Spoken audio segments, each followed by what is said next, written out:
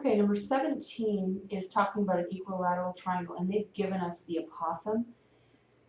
Now, usually when I'm trying to find areas of equilateral triangles, I don't usually use that area formula that uses the apothem. I usually prefer that A equals 1/2 base times height, because I think that's just as easy. In fact, the other day when I was teaching this lesson, that's how I taught you.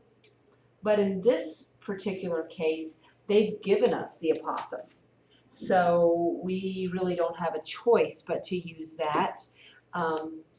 So let's write down what we know. Area is equal to 1/2, and then the apothem times the perimeter, okay? So we know 1/2, we know the apothem is 7 times the square root of 3, and we don't know the perimeter. So let's just draw this equilateral triangle. We know the apothem is 7 times the square root of 3, okay? So what you need to think through here is that if this was an equilateral triangle, then this was the bisector here. So if this had been a 60-degree angle, this is now a 30-degree angle, which means that this is a 60-degree angle and this is a 90-degree angle. So if you set up your reference triangle like this, you've got square root of 3 here, you've got 1 here, and what we're really interested in is this part right here, okay? So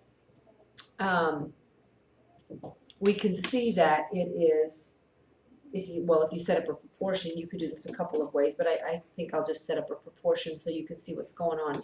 X over 7 times the square root of 3 is equal to the square root of 3 over 1, all right? Now, you also know that it's the short leg, right, times the square root of 3 equals the long leg, which is essentially what's happening here. Short leg times the square root of 3 is going to give us x. So x is going to equal, if you multiply 7 times, well, square root of 3 times square root of 3 is equal to 3. 3 times 7 is equal to 21. So that's what we know about this measurement right here, okay?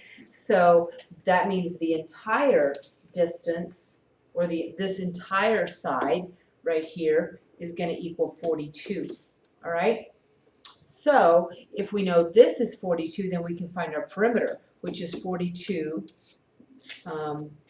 42 times 3, okay? So that gives us 126 as our perimeter, and that's what's going to go in here.